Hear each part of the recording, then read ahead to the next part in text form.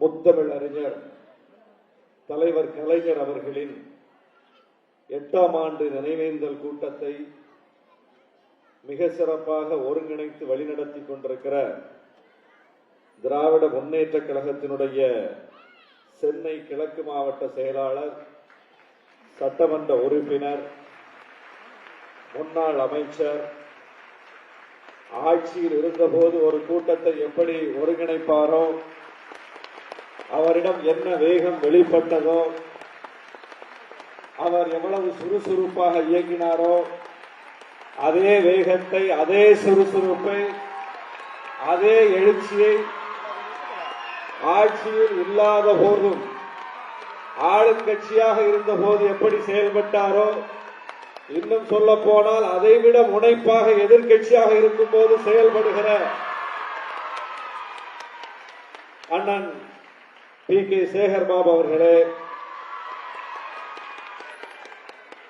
வணக்கத்திற்குரிய மேயர் அருமை சகோதரி பிரியா ராஜன் அவர்களே, புகழுரையாற்ற வருகை தந்திருக்கிற மேனாள் மத்திய அமைச்சர், நாடாளுமன்ற உறுப்பினர் அண்ணன் டாக்டர் S. ஜெகத்ரட்சகன் அவர்களே,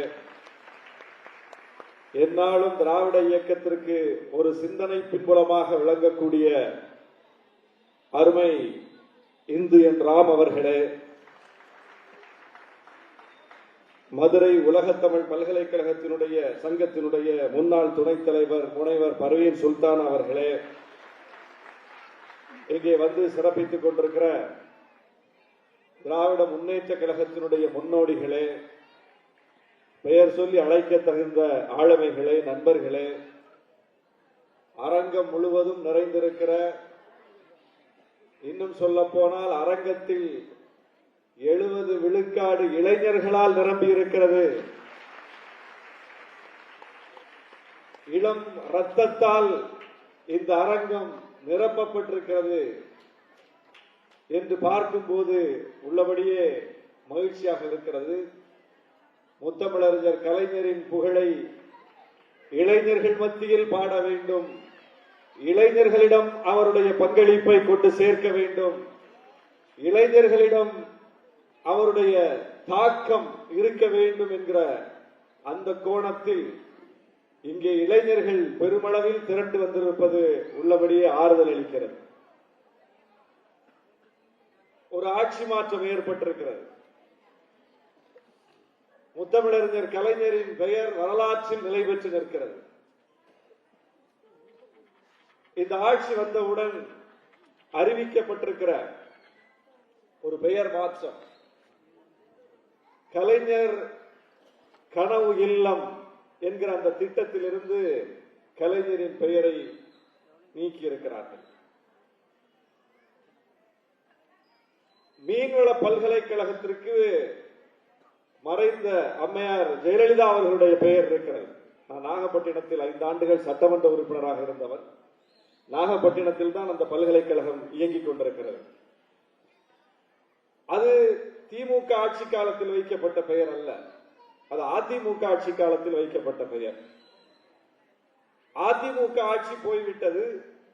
நடுவில் 5 ஆண்டுகள் முத்துவேல் கருணாநிதி ஸ்டாலின் அவர்களின் திராவிட மாடல் ஆட்சி நடந்தது.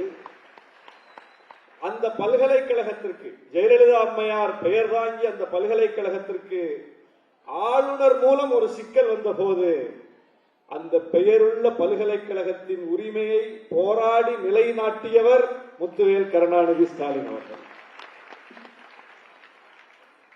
அதிமுக ஆட்சி காலத்தில் வைக்கப்பட்ட பெயர், நடுவில் திராவிட மாடல் ஆட்சி திமுக ஆட்சி அந்த பெயரை மாற்றவில்லை.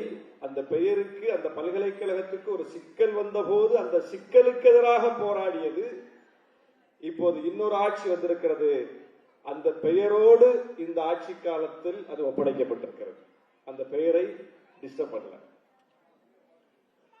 அம்மா இல்லம், அம்மா உணவகம், அம்மாவின் பெயரில் ஏராளமான திட்டங்கள், அதுவும் அதிமுக ஆட்சி காலத்தில் கொண்டு வரப்பட்ட திட்டம், வைக்கப்பட்ட பெயர்.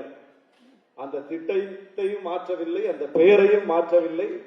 நடுவில் 5 ஆண்டு காலம் திமுக ஆட்சி நடைபெற்றது. அதிமுக ஆட்சி காலத்தில் என்ன அடையாளத்தோடு அந்த உணவகம் செயல்பட்டதோ அப்படியே நடுவில் 5 ஆண்டு காலம் திமுக ஆட்சி அதை அடைகாத்து இன்னொரு ஆட்சி வந்த போதும் அதே பெயரோடு ஒப்படைக்கப்பட்டிருக்கிறது. இப்படி ஒரு பட்டியலே சொல்லலாம். நீண்ட பட்டியல் இருக்கின்றது.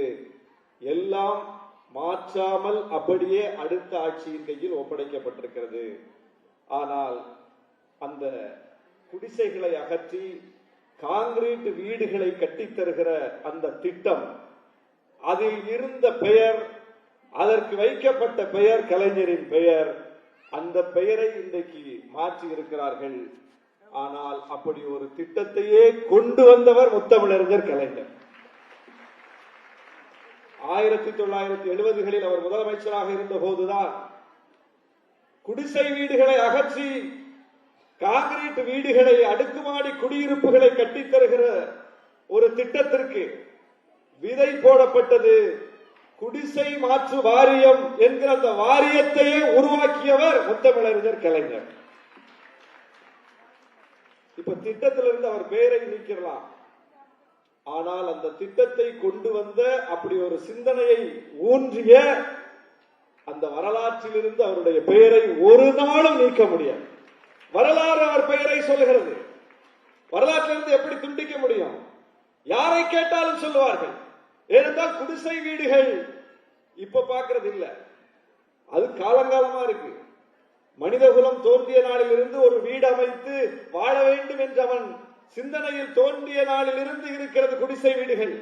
ஆனால் முத்தமிழறிஞர் கலைஞர் முதலமைச்சராக வந்த அந்த நாற்காலியில் அமர்ந்த பிறகுதான் குடிசை வீடுகளை அகற்ற வேண்டும், அகற்றி அவர்களை ரோட்டில் அப்படியே விட்டுவிடக் கூடாது, அவர்களுக்கு அடுக்குமாடி குடியிருப்புகளை கட்டித்தர வேண்டும் என்கிற சிந்தனை அவருக்கு தோன்றி அந்த திட்டத்தை கொண்டு வந்தார்.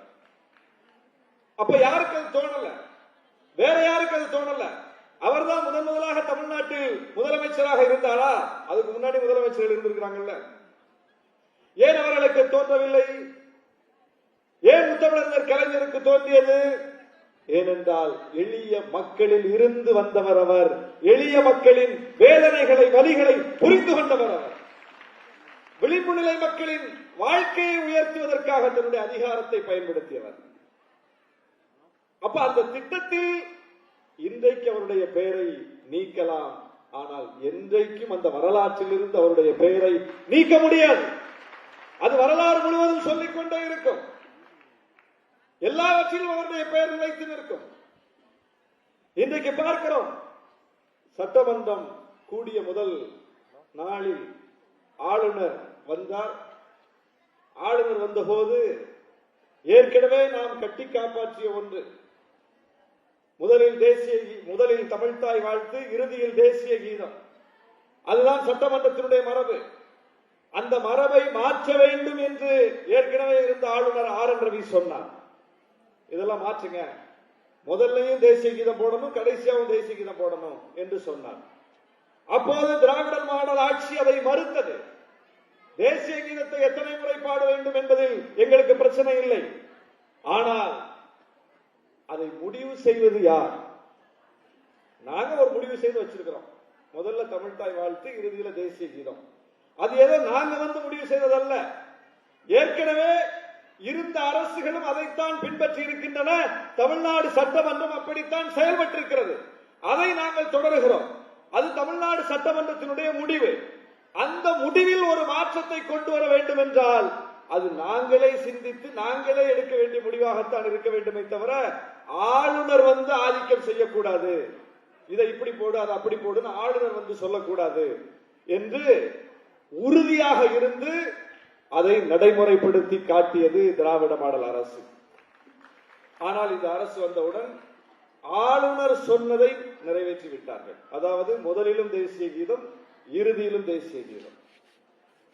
அதாவது நம்மிடம் இருந்த ஒரு உரிமையை ஆளுநரிடம் கொடுத்தாகிவிட்டது. ஆனால் முத்தமிழறிஞர் கலைஞர் என்ன செய்தார்? அவர் ஏன் நினைவு கூற வேண்டியிருக்கு பாருங்க. அவர் ஆளுநரிடம் இருந்த உரிமையை முதலமைச்சருக்கு மாற்றினவர். முதலமைச்சரிடம் இருந்த உரிமையை இன்றைக்கு ஆளுநரிடம் கொடுத்திருக்கிறார்கள். அது தேசிய கீத விஷயத்துல. ஆனால் தேசிய கொடியேற்றுகிற விஷயத்தில் ஆளுநரிடம் இருந்த உரிமையை முதலமைச்சருக்கு மாற்றியவர் முத்தமிழறிஞர் கலைஞர்.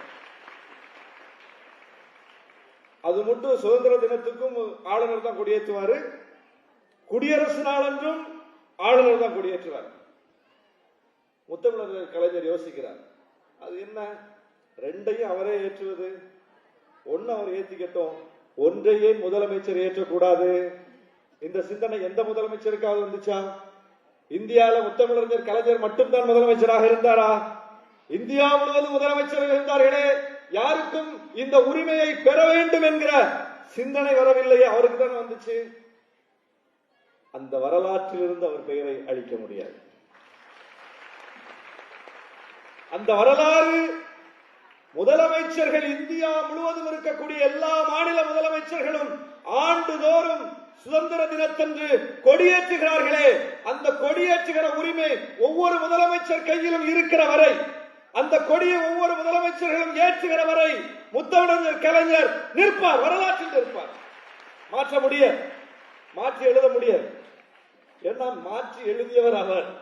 ஆளுநர் மட்டுமே ஏற்றிக்கொண்டிருக்க வேண்டும் என்று இருந்த ஒன்றை மாற்றி எழுதியவர் அவர். அவர் பெயரை மாற்றி எழுத முடியாது. இன்றைக்கு எந்த ஒன்றை எடுத்தாலும் அதில் முன்னுதாரணம் மிக்க தலைவராக அவர் இருப்பார். அவரை பற்றி இன்றைக்கு மோசமாக சித்தரிக்கிறார்கள். எந்த தலைவரும் இவ்வளவு பெரிய வசை சொல்லுக்கு உள்ளாகி இருக்க முடியாது, அவ்வளவு இழி சொற்களுக்கு உள்ளாகி இருக்க முடியாது, அவ்வளவு வசை சொற்கள், அவ்வளவு இழி சொற்கள். அவரை நினைவு கூறுவதற்கு கூட எதிர்மறையான விஷயங்களை தூக்கி கொண்டு வந்து விடுவார்கள். எந்த தலைவருக்கும் இப்படி இருக்காது. ஒரு தலைவர் மறைந்து விட்டால் அவரை நினைவு கூறுவதற்கு அவருடைய நேர்மறையான அம்சங்களை எடுத்து பேசுவார்கள். ஆனால் இல்லாத ஒன்றை காலங்காலமாக கட்டமைக்கப்பட்ட அவதூறுகளை எடுத்து வைத்து அவரை மோசமாக நினைவு கூறுகிற, மோசமாக சித்தரிக்கிற ஒரு காட்சியை அவருடைய பிறந்த நாளிலையும் பார்க்க முடியும், நினைவு நாளிலையும் பார்க்க முடியும். எந்த தலைவருக்கும் இந்த துயரம் கிடையாது. அப்படி வாழும் போதும் குறிவைக்கப்பட்டவர், வாழ்ந்து மறைந்த பிறகும் குறிவைக்கப்படுகிறவர் இந்தியாவிலேயே முத்தமிழறிஞர் கலைஞர் தான். ஏன்? அவர் அந்த உள்வாங்கிய கொள்கையில சமரசம் செய்திருந்தால் அவரையும் கொண்டாடி இருப்பார்கள். மற்ற தலைவர்களை எல்லாம் கொண்டாடுகிறவர்கள் இவரை ஏன் தூற்றுகிறார்கள்? இவர்தான் இன பகைவர்களுக்கு கடைசி வரை அச்சுறுத்தலாக இருந்தார். இவர் கொண்டு வந்த திட்டங்கள் தான் அவர்களை உலுக்கு உலுக்கு என்று உலுக்கிக் கொண்டிருக்கிறது. பேராசிரியர் முனைவர் பர்வீன் சுல்தானா சொன்னார் அல்லவா, வள்ளுவருக்கு வானுயர சிலை வடித்தார் என்று. அதையெல்லாம் அவர்களால் எப்படி தாங்கிக் கொள்ள முடியும்? செம்மொழிக்கு, அந்த செம்மொழி தமிழுக்கு செம்மொழி அங்கீகாரத்தை பெற்று தந்தவர், அதை எப்படி தாங்கிக் கொள்ள முடியும்? காலங்காலமா அவன் ஒரு கட்டமைப்பை ஏற்படுத்தி வச்சிருக்கிறான். சான்ஸ்கிரிட், சமஸ்கிருதம் தான் மூத்த மொழி, சமஸ்கிருதம் தான் செம்மொழி அப்படின்னு அவன் ஒன்றை உருவாக்கி வைத்திருக்கும் போது, சமஸ்கிருதத்திற்கு செம்மொழி அங்கீகாரத்தை பெறுவதற்கு முன்னால் தமிழுக்கு பெற்று தந்தவர் முத்தமிழறிஞர் கலைஞர். எப்படி அவனால ஏத்துக்க முடியும்? அவரை எப்படி ஏத்துப்பான்? பொருளாதார அடிப்படையில் இடஒதுக்கீடு, அதிலும் குறிப்பாக முன்னேறிய வகுப்பினருக்கு இடஒதுக்கீடு என்று நம்மோடு அணியில் இருப்பவர்கள் கூட அதை ஏற்றுக்கொண்ட ஒரு சூழலில் அந்த கொள்கைக்கு எதிராக கடைசி வரை நின்று போராடியவர் முத்தமிழறிஞர் கலைஞர். எப்படி அவனால் அக்செப்ட் பண்ண முடியும்? எல்லா கட்சியும் ஏத்துக்குது. இந்தியாவை ஆளக்கூடிய பிஜேபி பொருளாதார அடிப்படையிலான இடஒதுக்கீடு கொண்டு வருது, காங்கிரஸ் ஆதரிக்குது, கம்யூனிஸ்டுகள் ஆதரிக்கிறாங்க, ஏத்துக்கிறாங்க. ஏற்றுக்கொள்ளாமல் சண்டையிடக்கூடிய இயக்கமாக இந்தியாவில் திராவிட முன்னேற்ற கழகம் இருக்கிறது. அதுல ஃபைட் பண்ணுது.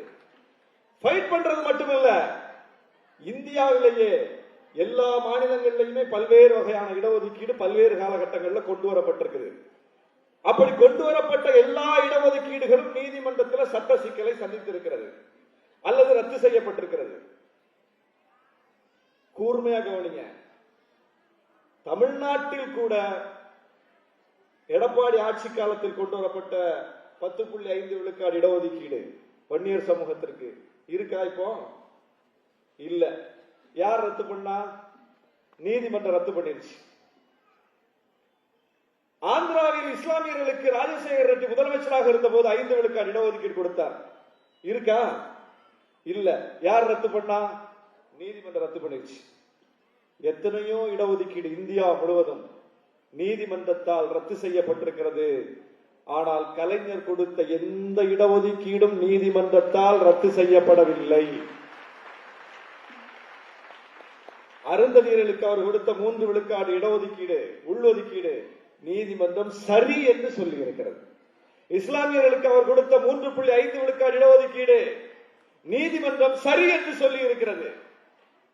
அவர்தான் இந்த இடஒதுக்கீடு ஒவ்வொன்றையும் அதிகப்படுத்தி மிக பிற்படுத்தப்பட்டோர் என்கிற பிரிவை உருவாக்கி இந்த சமூக நீதிக்குள் மிகப்பெரிய பரிணாமத்தை செய்தவர் முத்தமிழறிஞர் கலைஞர்.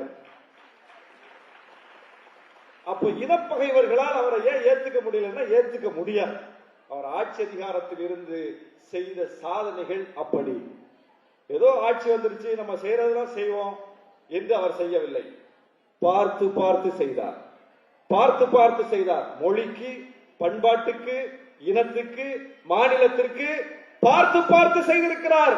வரலாற்றில் முழுவதும் அது பதிவாகி இருக்கிறது. அதை இந்த இளைஞர்கள்ட்ட நம்ம பேச வேண்டியிருக்கிறது. இந்த இளைஞர்களுக்கு அதை நம்ம சொல்லணும். அது சொல்லப்படாததன் விளைவு, அது சரியாக போய் சேராததன் விளைவுதான் இந்த இளைஞர்கள் வேறு ஏதோ ஒரு கனவு உலகில் பயணித்துக் கொண்டிருக்கிறார்கள். இப்ப அதை யதார்த்தத்தை புரிஞ்சுக்குவாங்க. அவங்க இன்னைக்கு யதார்த்தம் ஒவ்வொன்றையும் காட்டி கொடுக்குதுல்ல. திமுக ஆட்சியில் கொண்டு வரப்பட்ட ஒவ்வொரு திட்டங்களையும் கேள்வி கேட்டவர்கள் இன்றைக்கு அதனுடைய யதார்த்தத்தை உணர்ந்து கொள்கிறார்கள். இவ்வளவு கடன் இருக்கிறது என்று சொன்னார்கள். இன்னைக்கு கடன்னா என்ன அப்படிங்கிறது புரிஞ்சு போச்சு. புரிஞ்சு போச்சா இல்லையா? ஒவ்வொன்றையும் பாருங்க. அப்ப அந்த அளவுக்கு ஒவ்வொன்றும் காலத்தால் உணர்த்தப்படும். காலத்தால் உணர்த்தப்படும். ஆகவே முத்தமிழறிஞர் கலைஞர் அவர்களினுடைய அந்த வாழ்க்கை முழுவதுமாக ஒரு பொது வாழ்க்கை, ஒரு பெரியாரிய வாழ்க்கை, ஒரு அம்பேத்கரிய வாழ்க்கை. இந்தியாவிலேயே எந்த முதலமைச்சருடைய சிந்தனைக்கும் வராத ஒன்று சமத்துவபுரம் திட்டம். யாருடைய சிந்தனைக்கும் வராத ஒன்று. புரட்சியாளர் அம்பேத்கர் கண்ட கனவு அது. ஊர் வேறு, சேரி வேறு, அக்ரஹாரம் வேறு என்று இந்த மனித வாழிடங்கள் பிரிந்து கிடப்பதை எப்போது நாம் சரி செய்ய போகிறோம் என்று கேள்வி கேட்டவர் புரட்சியாளர் அம்பேத்கர். அந்த கேள்வி கேள்வியாகத்தான் நின்றது. அந்த கேள்விக்கு விடை கொடுத்தவர் முத்தமிழறிஞர் கலைஞர். அந்த கேள்விக்கு அவர்தான் விடை கொடுத்தார். சமத்துவபுரம், எல்லா சமூகத்தை சார்ந்தவர்களும் சேர்ந்து ஒரு குடியிருப்பில் வாழ முடியும் என்பதை நடைமுறைப்படுத்தி காட்டினார். சும்மா கட்டுரை எழுதிட்டு போகல, மேடையில பேசிட்டு போகல, நடைமுறைப்படுத்தி காட்டினார். ஒரு ஆட்சியை வைத்துக் கொண்டு, ஒரு அதிகாரத்தை வைத்துக் கொண்டு அதை நடைமுறைப்படுத்தி காட்டினார். அதனால் தான் அவர் எதிரிகளால் குறிவைக்கப்படுகிறார். இருக்கிற சோசியல் செட்டப்பை மாற்றக்கூடாது, அது அப்படியே தொடரணும் என்று சொல்வதுதான் பிற்போக்குத்தனம். அதை நான் மாற்றுவேன் என்று சொல்வதுதான் முற்போக்கான அம்சம். சோசியல் ஆர்டரை மாற்றக்கூடாது, சோசியல் செட்டப் அப்படியே இருக்கணும் என்று சொல்லி அதன் பின்னால் போகக்கூடியவர்கள் தான் ஆட்சியாளர்கள். ஆனால் ஆட்சியில் அமர்ந்த பிறகு இந்த சோசியல் ஆர்டரை நான் மாற்றுவேன் என்று சொல்லி மாற்றி காட்டினார் அல்லவா? அங்கேதான் முத்தமிழறிஞர் கலைஞர் ஒரு யூனிக் லீடர், தனித்துவமானவர். தனித்துவமானவர். அப்படிப்பட்ட ஒரு தனித்துவமிக்க தலைவரை அவதூறுகளால் வீழ்த்த நினைக்கிறார்கள். வீழ்த்த முடியாது. இன்றைக்கு திமுக சந்தித்திருக்கிற பின்னடைவு என்பது அது வரலாற்றில் ஏற்பட்டிருக்கிற பின்னடைவு கிடையாது, கருத்தியலில் ஏற்பட்டிருக்கிற பின்னடைவு கிடையாது, அரசியலில் ஏற்பட்டிருக்கிற பின்னடைவும் கிடையாது. வெறுமனே ஒரு தேர்தலில் ஏற்பட்டிருக்கிற பின்னடைவு. தேர்தலில் ஏற்பட்டிருக்கிற பின்னடைவு. தேர்தல் பின்னடைவு இதை விட மோசமான பின்னடைவை எல்லாம் திராவிட முன்னேற்ற கழகம் சந்தித்திருக்கிறது. இன்னைக்கு 59 சட்டமன்ற உறுப்பினர்களோடு தான் ஒரு எதிர்கட்சியாக அமர்ந்திருக்கிறது திமுக. ஆனா ஒரு உறுப்பினர் 2 உறுப்பினர்லாம் போன காலம் உண்டு. எதிர்கட்சியாக கூட அமராத காலம் உண்டு. அதையெல்லாம் தாண்டி மீண்டும் எழுந்த வரலாறு உண்டு. எனவே இந்த முத்தமிழறிஞர் கலைஞரின் நினைவு நாளில் எடுக்கப்பட வேண்டிய உறுதி என்பது முத்தமிழறிஞர் கலைஞர் எப்படி ஒரு அரசியலை செய்தாரோ, தோல்வியில் துவண்டு விடாமல் தொடர்ச்சியாக ஒரு அரசியலை செய்தாரோ, எப்படி இடையறாமல் ஒரு அரசியலை செய்தாரோ, எப்படி தன்னுடைய கருத்துகளால் எதிரிகளை திணறடித்தாரோ, எப்படி தன்னுடைய முடிவுகளால் எதிரிகளை, அரசியல் எதிரிகளை, இனப்பகைவர்களை தன் வலைக்கு விழ வைத்தாரோ, அவர் எந்த வலையிலும் போய் சிக்க மாட்டார். வலையை அவர் விரிச்சு வச்சுட்டு எதிரிகள்கிட்ட கேள்வியை போடுவார், எதிரிகள்கிட்ட ஒரு அரசியலை செய்வார், அவங்க அந்த வலையில விழுவாங்க. அப்படி ஒரு அரசியலை செய்தவர். அப்படி மிக சாதுரியமாக, மிக நாகரிகமாக, மிகுந்த முதிர்ச்சியோடு ஒரு அரசியலை செய்து வழிகாட்டி சென்றிருக்கிறார். அந்த வழிகாட்டுதல் இருக்கிற வரை திராவிட முன்னேற்ற கழகமும், திராவிட இயக்கமும், திராவிட இயக்க அரசியலும் ஒரு நாடும் பின்னடைவை சந்திக்காது என்று சொல்லி முத்தமிழறிஞர் கலைஞரின் புகழை போற்றுவோம் என்று சொல்லி வாய்ப்புக்கு நன்றி கூறி விடைபெறுகிறேன். நன்றி, வணக்கம்.